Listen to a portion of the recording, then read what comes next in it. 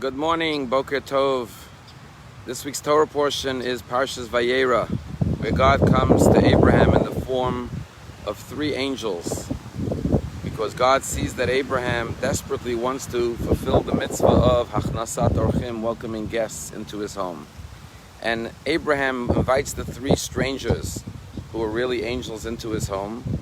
And the Torah says Abraham runs to Sarah in the tent and says, "Come, let us prepare cakes and an elaborate meal for our guests." And our rabbis tell us about the very special tent of our matriarch Sarah, the very first matriarch of the Jewish nation, who is now buried in Hebron in the cave of Machpelah. And our rabbis say that there were many miracles about the tent of Sarah. One was that no matter how many guests she had, they always all went away satisfied, because there was a blessing in her dough. The second miracle our rabbis say about the tent of Sarah was that when she lit her candles on Friday night, they burned from Friday night to Friday night. We all know the beautiful mitzvah of lighting Shabbos candles. Sarah, our matriarch, was the first one to light Shabbos candles, but her candles didn't burn out after an hour or two. They burned all week until the next Friday night. And this is symbolic as well for all of us, that the light, the warmth, the radiance of Shabbat and the woman has to permeate the home, not just on Friday night where we have the magical, beautiful Shabbat dinner, but that aura has to be felt throughout the entire week. Why do women and Jewish girls light Shabbat candles? What is so special about a candle? So we find three fascinating characteristics about candles. Number one is, as the Talmud says, Ner le'echad, ner le'meya. A candle for one is a candle for 100. When you light a candle, you can't contain it just for yourself. Everyone in the room, in the environment, benefits from the light that you created. So too, when we create spiritual light, not just physical light in this world, we are being a source of light, not just for ourselves, but everyone around us benefits from the light we create. So too, we must always ask ourselves, how can I make sure to do things that will be beneficial and positive, not only for myself, but for my surroundings, my family, my community, and my environment. The second characteristic of candles is that normally in the physical world, the more you give, the less you have. If I have $100 and I give $99 to 99 people, I remain with $1. But if I have a candle and I light 99 candles of other people, not only did I not diminish my light, not only is my flame not any smaller or weaker, but now that there are 99 people around me that have lit candles, I benefit from increased light. So too in physical matters, the more you give, the less you may have.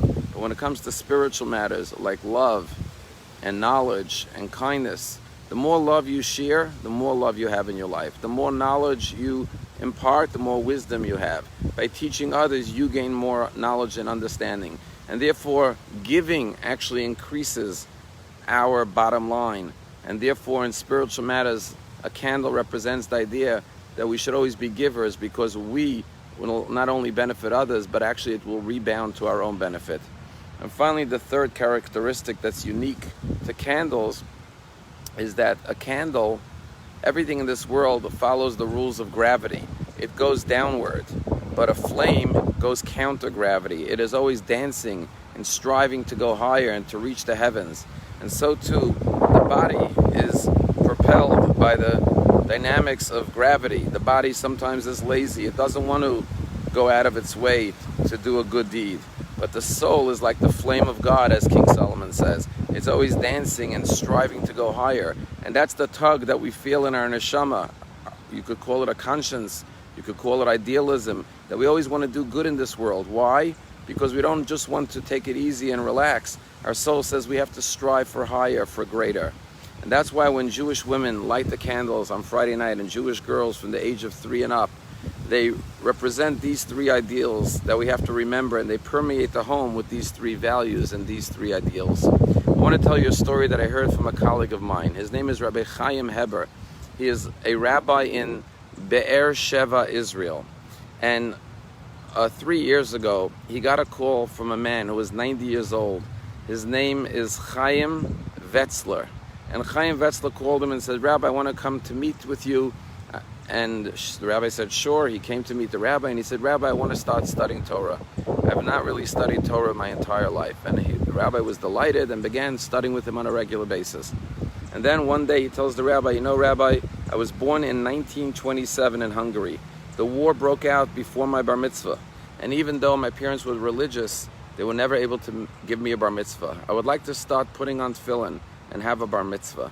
And of course, Rabbi Chaim Heber was delighted, got him a pair of tefillin, and at the age of 91, he started putting on tefillin, and he had a bar mitzvah in his synagogue at the age of 91 for the first time. Then when he turned 92, he said, Rabbi, you know, I would love to have you over to my home to eat meals, to invite you, but my home is not kosher. I decided I want to start keeping kosher. Can you please come to my home, kosher my home, and I'm going to start keeping kosher. And sure enough, at the age of 92, he started to keep kosher. And then when he turned 93, he said, Rabbi, I decided I want to start keeping Shabbat. And sure enough, at the age of 93, Avram Wetzler began becoming observant Shomer Shabbat, keeping Shabbat for the first time since his childhood. And when Rabbi Heber said to him, Avram, what happened? Why at the age of 90 did you suddenly start becoming more and more observant? And he said, I'll tell you what happened. He said, I was born in 1927. In 1944, the Nazis invaded Hungary, and they took my parents and myself to Auschwitz. My parents were gassed in the gas chambers and sent to the crematoriums, and I never saw my parents again. I survived the concentration camps, and I came to Palestine. And I was so angry at God for what he had done to me and my family that I swore I would have nothing to do with Judaism.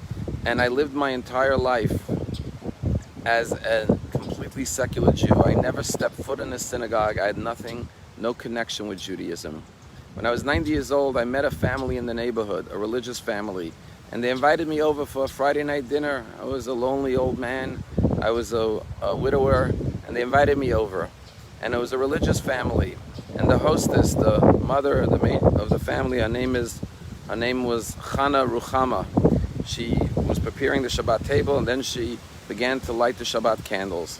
And she lit the candles, and her children were standing around her as she waved her hands and covered her eyes and began to sway as she recited the blessings for the Shabbat candles. And suddenly I had a flashback. As I watched her son look up, her 8-year-old son look up at his mother with eyes of wonder as she lit the candles and prayed a silent prayer for our family, I remembered my mother before the war when I was a child of 8 years old, watching my mother light the Shabbat candles and how tears would come down from her cheeks as she prayed for her family. And suddenly I felt this deep connection to my parents in heaven and to my ancestry and to my heritage and to God. And I began to cry as I remembered myself, that little child, looking at his mother as she prayed for her family.